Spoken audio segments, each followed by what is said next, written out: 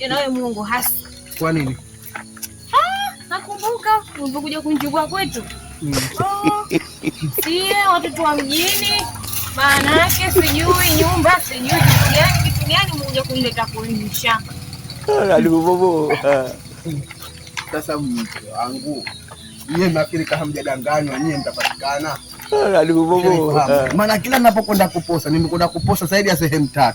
Naulizwa nishajenga, naulizwa nina gari, naulizwa nina kazi gani, naulizwa hivi. Na moto nasema ukweli, sijajenga.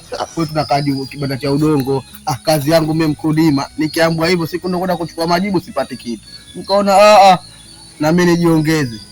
Ndio maana nikaenda lakini kwa hilo mko wangu nisamehe. Au sio? Muhimu bwana mapenzi bwana, mapenzi popote. Useme ndio hujayapenda mazingira ya huku.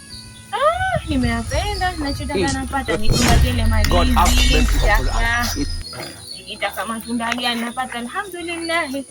Kuna watu hawakupendi tu shamba. Huku tunakosa hizo barabara za juu tu na nini, lakini kila kitu kipo. Maji safi, matunda yapo, wala wewe kununua sokoni, sio nini, lakini tungua kwenye mti. Kwa hiyo bwana kweli nilidanganya, lakini vinginevyo usingekupata. Wewe ungekuja kukwambia mimi nataka kwenye kibanda kama kile, kazi sina na nini, ungenielewa wewe? Watoto wenyewe siku hizi mtoto unawaka waka kama hivyo, alafu utanitaka mimi na hali hii. Umekuja siku za mwanzo nasikitika, alhamdulillah ushazoea mazingira.